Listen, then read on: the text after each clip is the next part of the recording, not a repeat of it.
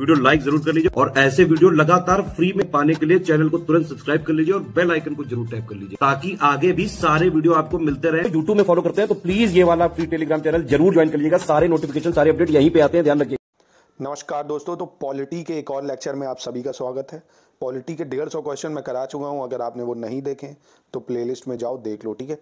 आज 100-150 क्वेश्चन जितने हो जाएंगे अब जल्दी ज़्यादा कराऊंगा, ठीक है। पॉलिटी के क्योंकि छूट गया, काफ़ी टाइम हो गया क्योंकि टाइम नहीं मिल पा रहा था। देखो आप जीएस फुल लेंथ कर लो एक बार, वो 2 टेस्ट डाल दिए हैं।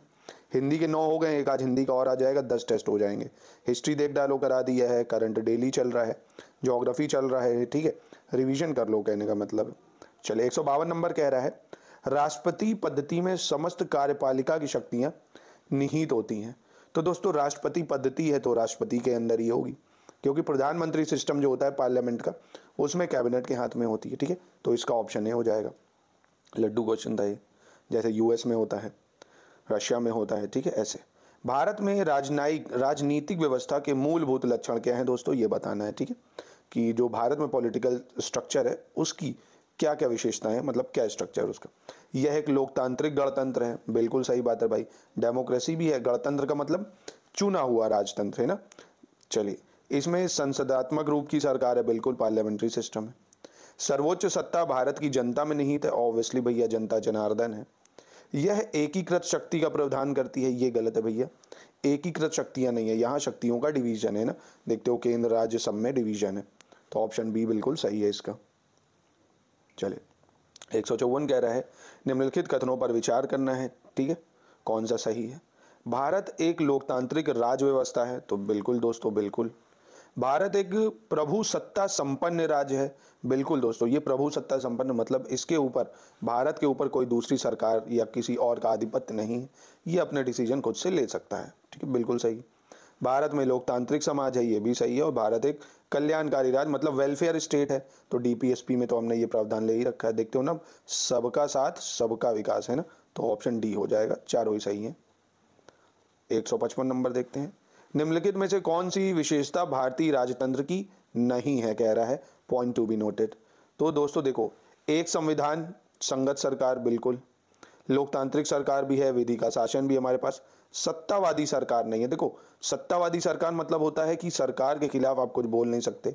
टोटलिटेरियन गवर्नमेंट उसको बोलते हैं ना, कि आप गवर्नमेंट के खिलाफ कहीं कुछ बोल नहीं सकते, जैसे चाइना में है सत्तावादी सरकार, वो कभी बदलेगी ही नहीं, है ना। तो ये नहीं है हमारे यहाँ तो जनता जिसको चाहे भाई उसको चुन लेगी, ठीक है। चलो 156 देखते हैं, केंद्र और राज्य सरकारों को प्राधिकार प्राप्त कहाँ से होता है भैया, केंद्र और राज्यों को, तो ऑब्वियसली हमारे संविधान से होता है, ठीक है। चलिए निम्नलिखित कथनों पर विचार कीजिए और नीचे दिए गए कूट से वही अभिकथन और कथन, असर्शन रीजन कहने का मतलब बताना है। भारत एक लोकतांत्रिक देश है, तो बिल्कुल दोस्तों भारत एक लोकतांत्रिक देश है। क्योंकि भारत का अपना एक संविधान है, तो यहाँ दोस्तों ये दोनों अपनी अपनी जगह तो ठीक है कि भारत लोकतांत्रिक है और भारत के पास अपना संविधान भी है। अब भारत इसलिए लोकतांत्रिक थोड़ी है क्योंकि उसके पास संविधान है। अब कई देश डेमोक्रेसी ऐसी भी होती है जहां संविधान नहीं होता है, फिर भी वो डेमोक्रेसी होती है वहां पे, है ना, जैसे आपकी स्विट्जरलैंड वगैरह में, है ना। तो कहने का मतलब है बी ऑप्शन हो जाएगा इसका, ठीक है। संविधान है इसलिए लोकतंत्र नहीं है हमारे यहाँ। निम्नलिखित कथनों में से कौन सा सही है दोस्तों, ये बताना है, ठीक है। चलिए एक कह रहे हैं, निम्नलिखित कथनों में कौन सा सही है। भारतीय संविधान अध्यक्षात्मक है, भारत एक नाम मात्र का राजतंत्र है, भारत एक कुलीन तंत्र है, या भारत एक संसदात्मक प्रजातंत्र है। तो दोस्तों बिल्कुल भारत एक संसदात्मक प्रजातंत्र है, पार्लियामेंट्री सिस्टम है, ठीक है। तो इस साल पार्लियामेंट भी नई बनी है, तो इस टाइप के क्वेश्चंस आ सकते हैं। चलिए 159, निम्नलिखित में से कौन सा एक अध्यक्षात्मक शासन प्रणाली का आधारभूत तत्व है। अध्यक्षात्मक मतलब समझ रहे हो, प्रेसिडेंट सिस्टम की बात यहाँ पे कर रहा है, ठीक है। तो प्रेसिडेंशियल सिस्टम या अध्यक्षात्मक शासन प्रणाली का आधारभूत तत्व होता है दोस्तों एकल कार्यपालिका, ठीक है, सिंगल एग्जीक्यूटिव। जैसे देखो हमारे पार्लियामेंट में क्या है भैया, लेजिस्लेचर है मतलब विधायिका है, मतलब कहने का मतलब ये एमपी बैठे हैं। अब सारे एमपी तो मंत्री बन नहीं सकते, उन एमपी में से कुछ लोग मंत्री बनते हैं, तो वो कार्यपालिका की तरह काम करते हैं। एग्जीक्यूटिव जैसे होम मिनिस्ट्री, डिफेंस मिनिस्ट्री, आपकी फॉरेन मिनिस्ट्री, ये सब कार्यपालिका होती है। पर जो अध्यक्षात्मक प्रणाली होती है उसमें ये सब काम नहीं है। प्रेसिडेंट जो होगा अपने कुछ मेंबरों को, चाहे वो पार्लियामेंट के सदस्य हो या ना हो अपनी कार्यपालिका में शामिल कर सकता है, जैसे यूएसए में तो एकल कार्यपालिका हो जाएगा। ठीक है, चलिए 160 कह रहा है निम्नलिखित में से कौन सा सही है दोस्तों? अध्यक्षात्मक शासन प्रणाली की विशेषता में, मतलब प्रेसिडेंशियल सिस्टम में, कार्यकारिणी एक प्रमुख राष्ट्रपति होता है, राष्ट्रपति अपने मंत्रिपरिषद का चयन स्वयं करता है, राष्ट्रपति व्यवस्थापिका को भंग नहीं कर सकता, या सारे? तो दी हाँ दोस्तों, ये तीनों ही ऑप्शन सही है। ठीक है, क्योंकि उसका प्रमुख राष्ट्रपति होगा। अब वो अपने मन से यूएस का प्रेसिडेंट चाहे मुझे वहाँ का कोई मिनिस्टर बना देगा, क्योंकि मैं सिर्फ यूएस के प्रेसिडेंट के लिए ही जवाब दे हूँ, वहाँ की संसद या सीनेट के लिए नहीं। ठीक है, और वो उसका जो है वो पार्लियामेंट पे बस नहीं चलता, वो उसको भंग नहीं कर सकता। ठीक है, तो ये काफ़ी अच्छे क्वेश्चन हैं, आपके लिए काफ़ी हेल्पफुल हैं। चलो, भारत एक गणतंत्र है, इसका क्या मतलब है दोस्तों कि भारत एक गणतंत्र है? इससे आप क्या समझते हैं? बचपन में पढ़ा होगा दोस्तों, भारत एक रिपब्लिक है। इसका मतलब होता है भारत में राजा रानी खत्म हो गए हैं, अब चुना हुआ राज्य होगा, मतलब चुना हुआ राज्य का अधिकारी, जैसे राष्ट्रपति। गणतंत्र का बस सिंपल मतलब समझ लो, अपने राष्ट्रपति को चुनना। ठीक है, तो इसका भारत में वंशानुगत शासन नहीं होगा, मतलब राजा फिर उसका बेटा, जैसे ब्रिटेन में चलता है ना रानी सिस्टम, मोनार्कियल सिस्टम, वो नहीं चलेगा। भारत एक गणतंत्र है जिसमें अंतर्निहित है। क्या अंतर्निहित है? राज्य का अध्यक्ष निर्वाचित होता है, बिल्कुल, उद्घाटन ही सही हो गया है ना। जो राज्य का अध्यक्ष है वो चुना हुआ होगा। 163 कह रहा है भारतीय संविधान कैसा है? बहुत मस्त है। मतलब भारतीय संविधान कैसा है? कठोर, लचीला? नहीं कठोर नहीं लचीला, अंशतः कठोर और अंशतः लचीला। जी हाँ दोस्तों, तो देखिए कुछ प्रोविजन दोस्तों काफ़ी ज़्यादा रिजिड है, जैसे जीएसटी हमने बनाया तो उसके लिए हमें क्या चाहिए? स्पेशल मेजॉरिटी, प्लस जितने राज्य हैं भारत में उनमें से आधे, जैसे 28 राज्य हैं तो 14 राज्यों का अप्रूवल चाहिए था, है ना। तो कुछ बहुत ज़्यादा टफ है और कुछ सिंपल मेजॉरिटी से, जैसे राज्यों का नाम बदलना है, राज्यों का पुनर्गठन करना है, तो वो सिंपल मेजॉरिटी से भी हो जाते हैं ना। तो कुछ बहुत ही लूज भी हैं, कुछ काफ़ी ज़्यादा टफ है ना, तो वो डिपेंड करता है। चलिए 164, भारत की संसदीय शासन प्रणाली एवं ब्रिटेन की संसदीय शासन प्रणाली में अंतर का बिंदु इनमें से कौन सा है, ये बताना है दोस्तों।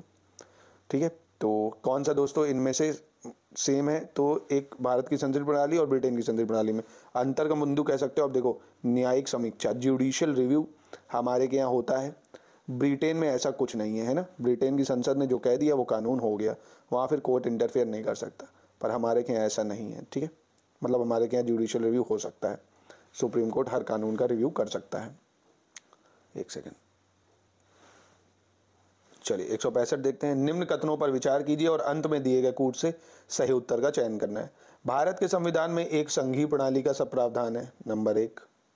दूसरा, उसने एक बहुशक्तिशाली केंद्र की रचना की है दोस्तों। ठीक है, इनमें से कौन सा सही है? तो दोस्तों ये दोनों अपनी जगह सही है और ये उसकी व्याख्या नहीं करता है। कारण समझिए, भारत एक संघीय प्रणाली है कि हाँ भैया ये इंडिया है, यहाँ फेडरल स्ट्रक्चर है कि एक केंद्र में सरकार होगी और राज्यों में सरकार होगी, सबके अपने अपने पावर हैं, मतलब अपनी अपनी जगह सब लोग काम करेंगे। अब कह रहा कारण क्या ये कि एक बहुशक्तिशाली केंद्र की रचना की है। तो देखो हमारा केंद्र तो स्ट्रांग है कि जब भी राज्य ठीक से काम ना करेंगे तो सेंटर टुक ओवर कर लेगा प्रेसिडेंट रूल लगा के, है ना। पर इसके लिए ये कारण उसका सेटिस्फाई नहीं कर रहा है। ठीक है, चलिए देखते हैं 166 नंबर। भारत में संघवादिता व्यवहारिक नहीं है क्योंकि भारत एक संघीय राज्य नहीं है। ये कैसी बात बदतमीजी की कर रहा है भाई, भारत एक संघीय राज्य अभी हमने देखा। तो इसका ए सही है दोस्तों, आर गलत हो जाएगा, क्योंकि भारत तो फेडरल स्ट्रक्चर है ना, हमारे पास डिवीजन ऑफ पावर है, शक्तियों का क्या है, वो डिवीजन है ना। चलिए 167 नंबर देख लेते हैं। कह रहे निम्न में से कौन एक भारत के संविधान के संघीय लक्षण है? ठीक है, कौन से संविधान के संघीय लक्षण है? केंद्र तथा राज्यों के बीच शक्तियों का बंटवारा, नंबर 1। पूर्ण रूप से लिखित संविधान, एकल नागरिकता या स्वतंत्र न्यायपालिका। तो दोस्तों देखो सिंगल सिटीजनशिप है ना, तो ये एक संघीय लक्षण है। ये कैसा लक्षण है? संघीय लक्षण हो जाएगा। ठीक है, चलिए भारत में संघीय व्यवस्था से संबंधित निम्न में से कौन सा कथन सही है दोस्तों, ये बताना है। कौन सा कथन इसमें से सही हो जाएगा? संविधान शासन की मूल संरचना के लिए संघीय व्यवस्था की प्रस्तावना करता है। कह रहा है संघीय व्यवस्था से कौन सा चीज सही है? तो संविधान जो है शासन की मूल संरचना के लिए संघीय व्यवस्था की प्रस्तावना करता है। एकात्मक झुकाव का उसमें सशक्त मिश्रण है, तो ये दोनों ही दोस्तों सही हैं। दोनों संघ और राज्य विधायिकाएं प्रभुत्वता संपन्न है, तो ये संघीय का नहीं, ये यूनिटरी हो जाएगा। ठीक है, विधायिका, वित्तीय और न्यायिक शक्तियां संघ द्वारा उसकी इकाइयों के मध्य विभाजित की गई हैं, तो ये भी नहीं दोस्तों, इसका सिर्फ ऑप्शन बी होगा, ठीक है, क्योंकि संघी संबंधित ये सही हो जाएंगी फेडरल सिस्टम में। चलिए 169 देख लेते हैं। नीचे दिए गए वाक्यों में वही असर्शन रीजन हमको बताना है, कौन सा सही है और कौन सा गलत है। राजनीतिक दल लोकतंत्र के जीवन रखते हैं, नंबर 1, क्योंकि लोग खराब शासन के लिए सामान्यतः राजनीतिक दलों को कोसते हैं, तो ये दोस्तों बिल्कुल सही है। राजनीतिक दल ही होगा तभी तो लोकतंत्र चल पाएगा ना, और राजनीतिक दल को हम लोग क्या कर सकते हैं, क्रिटिसाइज भी कर सकते हैं अगर वो खराब काम करना है, तो ये दोनों ही सही है, उसको स्पष्ट भी करता है, ठीक है। चलिए 170 देखते हैं। भारतीय संविधान अर्ध संघात्मक है, मतलब क्वासी फेडरल है, कहने का मतलब है, क्या ये बात सही है? दूसरी चीज, भारतीय संविधान ना तो संघात्मक है और ना ही एकात्मक है, तो ये क्या बदतमीजी है, ऐसा थोड़ी है, यानी सी होगा इसका, क्योंकि ये गलत है। अर्ध संघात्मक कह सकते हो आप, क्वासी फेडरल, क्योंकि भैया कुछ विशेष स्थितियों में यूनियन जो होता है या केंद्र जो होता है वो टेक ओवर भी कर लेता है, पर ऐसा तो है नहीं कि डिवीजन नहीं है शक्तियों का। भारतीय संविधान के विषय में निम्नलिखित कथन निम्न में से किसका है? भारतीय संविधान अधिक कठोर तथा अधिक लचीले के मध्य एक अच्छा संतुलन स्थापित करता है, ठीक है। ये किसने कहा था दोस्तों? तो केसी वियर ने ये कहा है, बहुत ही इंपॉर्टेंट, केसी वियर है। इनका कहना था कि ना ही ज़्यादा रिजिड और ना ही ज़्यादा फ्लेक्सिबल है ना, उसके बीच का है, बैलेंस बना के रखा हुआ है हमने, तो केसी वियर का कहना है। इंपॉर्टेंट कोट है, एग्जाम में पूछ सकता है।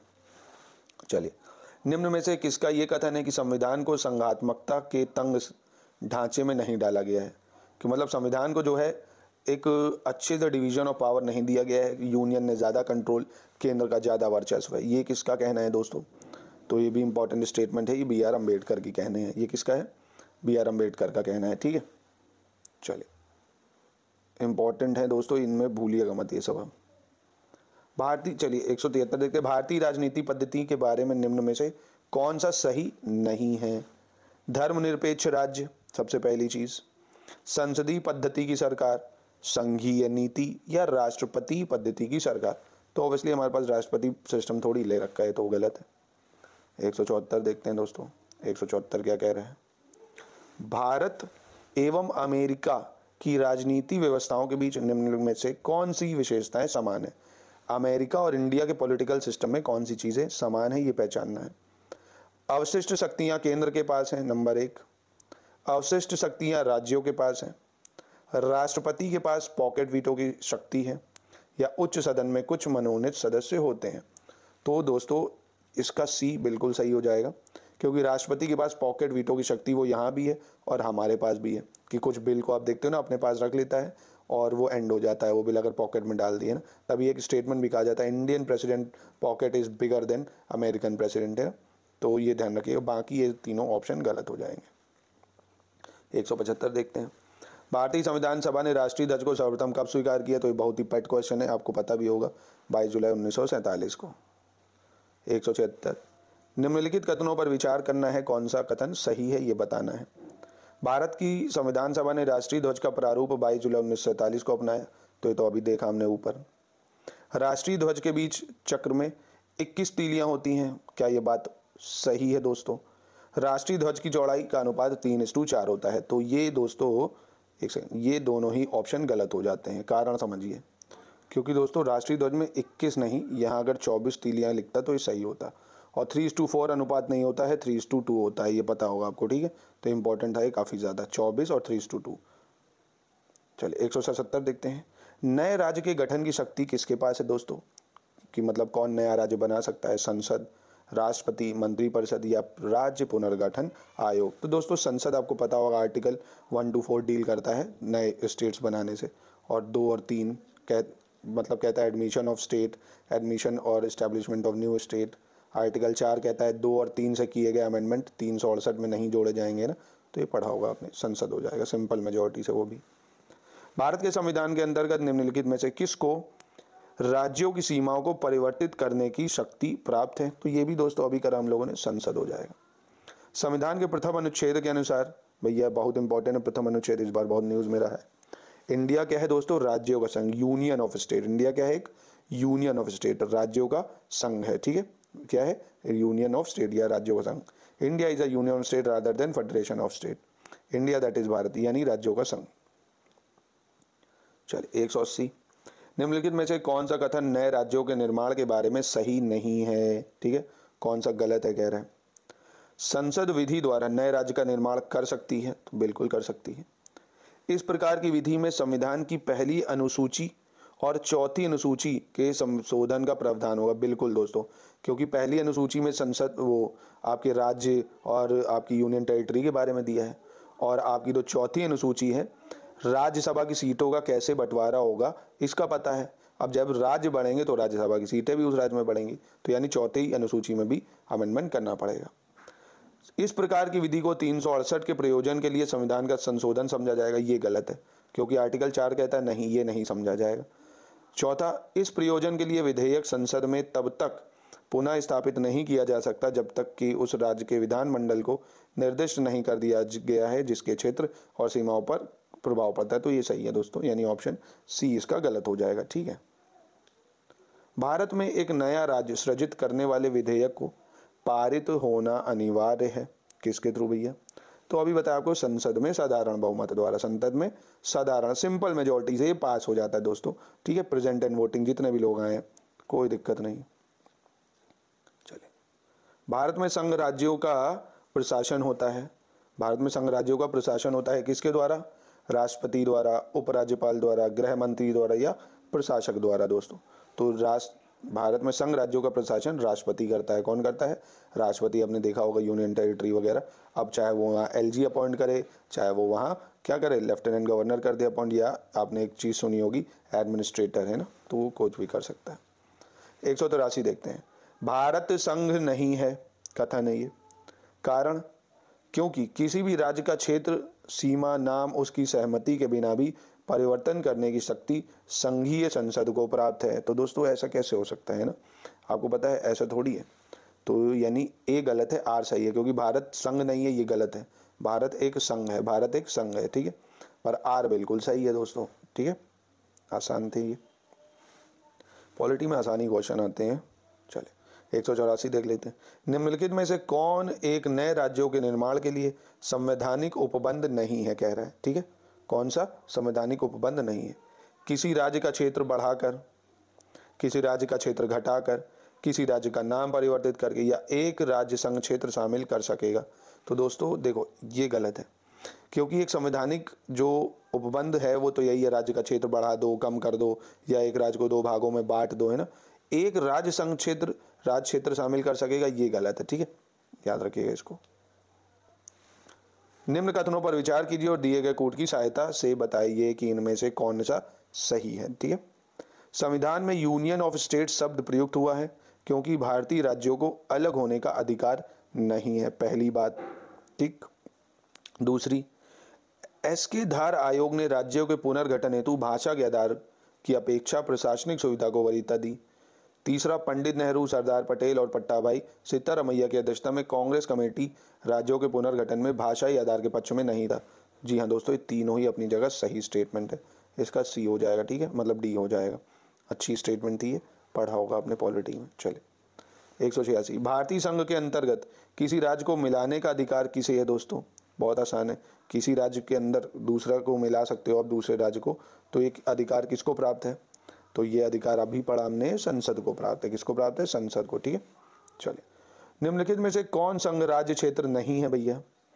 मतलब अंडमान निकोबार, दमन दीव, पुडुचेरी, गोवा। तो आपको पता है गोवा एक राज्य है ना, यूटी नहीं है गोवा। तो बहुत आसान था ये। तो क्वेश्चन 188 देखते हैं, कह रहा किस संविधान संशोधन द्वारा दिल्ली को राष्ट्रीय राजधानी क्षेत्र का दर्जा दिया गया? तो ये बहुत इंपॉर्टेंट है, 69 कॉन्स्टिट्यूशन अमेंडमेंट एक्ट 1991 से। ठीक है, याद रखिएगा इसको। निम्नलिखित संविधान संशोधनों में से किसके द्वारा सिक्किम को विधिवत भारत संघ के पूर्ण राज्य के रूप में सम्मिलित किया गया दोस्तों? सिक्किम को तो ये आपने पढ़ा होगा 36 कॉन्स्टिट्यूशन अमेंडमेंट एक्ट। ठीक है, 36 कॉन्स्टिट्यूशन अमेंडमेंट एक्ट हो जाएगा। काफ़ी इंपॉर्टेंट है ये, कई बार आया हुआ है। चलिए दोस्तों, क्वेश्चन नंबर 190 देखते हैं। कह रहा है निम्न भारतीय राज्यों का उनके निर्माण के अनुसार कालानुक्रम बनाना है। ठीक है, कोई दिक्कत नहीं, मतलब कौन सा राज्य कब बना ये बताना है। तो दोस्तों छत्तीसगढ़ ये बना था आपको 1 नवंबर 2000 को। कब बना था? 1 नवंबर 2000 को, एमपी से जब अलग हुआ था। अरुणाचल प्रदेश बना था आपका 1987 में राज्य बना था। झारखंड भी दोस्तों बना नवंबर में, तो ये बना 15 नवंबर 2000 को, ठीक है, मतलब छत्तीसगढ़ के बाद बना था। और सिक्किम बना 1975 में, ठीक है। तो इसके हिसाब से अगर देखा जाए तो ऑप्शन क्या हो जाएगा इसका, 4 2 1 3, ठीक है, ऑप्शन बी हो जाएगा बिल्कुल सही। चलिए दोस्तों 151 में देखते हैं, कह रहा उत्तराखंड राज्य की स्थापना कब हुई दोस्तों। तो यूपी उत्तराखंड से कब अलग हुआ, ये तो आपको पता होगा 2000 में, है ना। तो ये सिंपल क्वेश्चन था। 192 बहुत इंपॉर्टेंट क्वेश्चन है, रिकॉल करो मज़ा आ जाएगी, ठीक है। कौन सा राज्य कब बना, ये पूछ रहा है क्रोनोलॉजी में, ठीक है। चलिए बताते हैं, 1 नंबर का क्वेश्चन है। तो दोस्तों देखो, हरियाणा बना था 1966 में, ठीक है। कब बना था, 1966 में। सिक्किम अभी पढ़ा आपने 1975 में, ठीक है, सिक्किम 1975। नागालैंड सबसे पहले बन गया था, कहने का मतलब है 1963 में। और मेघालय दोस्तों बना, अगर मैं सही रिकॉल कर रहा हूँ तो 1972 में, ठीक है।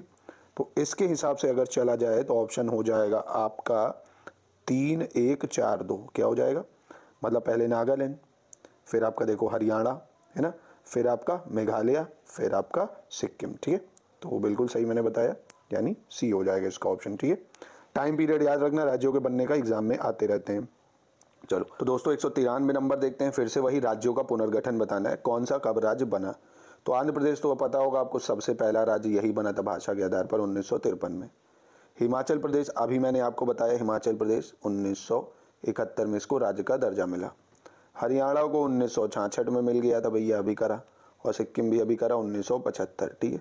तो देख लो इसके हिसाब से क्या हो गया, पहला तीसरा दूसरा चौथा, पहला तीसरा दूसरा चौथा, ऑप्शन बी हो गया। टाइम जरूर याद रखना, एग्जाम में पूछेगा टाइम, समझो समय का बहुत बड़ा खेल है दोस्तों, कहते हैं ना जगत में समय बड़ा बलवान।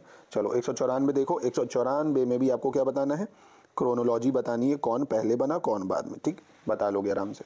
तो दोस्तों देखो, सबसे पहले नागालैंड, मेघालय, सिक्किम, अरुणाचल, सबको अलग अलग लिख लेते हैं। नागालैंड बना दोस्तों 1963 में। मेघालय की अगर बात करें तो मेघालय बना 1972 में, ठीक है। फिर कौन सा है, सिक्किम बना 1976, अभी करा है 75 या 76 ले लेते हैं। अरुणाचल 1987 में, तो ये पहला वाला बिल्कुल सही लिखा है दोस्तों, ठीक है। क्रोनोलॉजी यही है, 1963, 72, 75, 87, ठीक है। चलिए दोस्तों 195 देखते हैं, कह रहा है निम्नलिखित को अवरोही क्रम में सेट करो। अवरोही क्रम का कहने का मतलब है भैया, कौन सबसे बाद में बना है और कौन सबसे पहले बना है, वो एंड में लगाओ, ठीक है, मतलब बड़े से छोटे में सेट कर दो, ठीक है। तो दोस्तों देखो, हरियाणा अभी हम लोगों ने करा 1966 में बना था, एक सेकंड फिर से बताता हूँ, हरियाणा 1966 हो गया। महाराष्ट्र और गुजरात को अलग किया गया था 1960 में। राजस्थान तो आज़ादी के समय ही भारत में था, है ना। तो यानी सबसे सटीक जो है ये है, हो जाएगा ऑप्शन डी, ठीक है। मतलब कहने का समझ गए ना, सारे राज्यों का टाइम याद हो कब कौन सा बना, एग्जाम में ये आते रहते हैं, ठीक है। 196 देख लेते हैं, उल्फा उग्रवादी संगठन किस राज्य में दोस्तों, तो सुना होगा आपने उल्फा उफा, है ना, ये आपके बहुत ज़्यादा एक्टिव रहते हैं असम में उल्फा, है ना, तो ये न्यूज़ में भी बने रहते हैं, तो याद रखिएगा। 197 देख लेते हैं, भारत के आधार पर, भाषा के आधार पर राज्यों के गठन हेतु राज्य पुनर्गठन आयोग की स्थापना कब करी गई दोस्तों, तो 1956 में करी गई। कब करी गई, 1956 में, ठीक है, याद रखिएगा इसको। और आंध्र प्रदेश अगर पूछ ले आपसे कब बना था, तो आंध्र प्रदेश बना था 1953 में, उसी के बाद इस गठन का मतलब इस आयोग का गठन किया गया था, ठीक है। 198 देखते हैं दोस्तों, 198 कह रहे हैं निम्नलिखित में से कौन सा भारत में भाषा के आधार पर बना पहला राज्य बना, तो ये तो बहुत लड्डू क्वेश्चन, आंध्र प्रदेश 1953 में, ठीक है, याद रखिएगा इसको। चल 199 देख लेते हैं, आंध्र प्रदेश एक भाषाई राज्य के रूप में पुनर्गठित किया गया था भैया, कब, अभी बताया 1953 में, ठीक है। नेक्स्ट देखते हैं 200, भारत के संविधान के किस भाग में हम नागरिकता प्रावधानों को पाते हैं, तो बहुत आसान है दोस्तों, भाग 2 में पाते हैं, आर्टिकल 5 से 11 में पाते हैं, ठीक है। ये भी काफ़ी ज़्यादा इंपॉर्टेंट और आसान। भारतीय संविधान निम्न में से कौन सी नागरिकता प्रदान करता है दोस्तों, अरे ये तो बच्चा बता देगा दोस्तों, इसकी ज़रूरत ही नहीं है, एकल नागरिकता हो गई। चलिए 202 देखते हैं, भारत में नागरिकता की निम्नलिखित विशेषताओं में से कौन सी सही है दोस्तों, राज्य तथा राष्ट्र की दोहरी नागरिकता, गलत जवाब। राज्य की एकल नागरिकता, ये भी आपकी गलत जवाब। संपूर्ण भारत की एकल नागरिकता, 1 नंबर जवाब, पढ़ने की चौथे जरूरत नहीं है, ठीक है। 203 भारत का एक नागरिक अपनी नागरिकता खो देगा। बहुत सिंपल, पढ़ते हैं, चलो कैसे खो देगा भैया देखते हैं। भारतीय नागरिकता का परित्याग करता है, ऑब्वियसली जब एक का त्याग करेगा तो वो तो खो ही देगा। दूसरा, स्वेच्छा से अन्य देश की नागरिकता प्राप्त करता है, अगर वो दूसरे देश की करेगा तो अपने आप उसकी भारत की चली जाएगी, क्योंकि हमने ड्यूअल सिटीजनशिप नहीं ले रखी है। तीसरा दोस्तों, किसी अन्य देश के नागरिक से विवाह करता है, तो दोस्तों अगर दूसरे देश के नागरिक से विवाह करेगा तो उसको सिटीजनशिप यहाँ की मिलेगी ना, तो ये तो गलत है। सरकार की आलोचना करता है, ये तो हमारा जन्मसिद्ध अधिकार है ना, यानी सिर्फ ऑप्शन दोस्तों क्या हो जाएगा, 1 और 2। ठीक है, तो दोस्तों यहीं पे इस वीडियो को कर रहा हूँ समाप्त। 50 क्वेश्चन 60 क्वेश्चन करा दिए, आधे घंटे का करा दे रहा हूँ, डेली आएगा, परेशान मत हो। डेली 10 वीडियो अभी आएंगे, इसको खत्म कर दूंगा आधे घंटे का करा के डेली। अब आप अगर बताओगे लंबा चाहते हो तो मैं फिर इसको 1-2 दिन बैठ के लंबा ही शूट कर लूँगा। एक चीज़ बताओ दोस्तों, क्या 1 घंटे का कर दूँ या आधे घंटे के 10 वीडियो बस बनेंगे, खत्म करा दूँ इसको, बताओ, मोस्ट इंपॉर्टेंट। ठीक है, बताइएगा ज़रूर दोस्तों।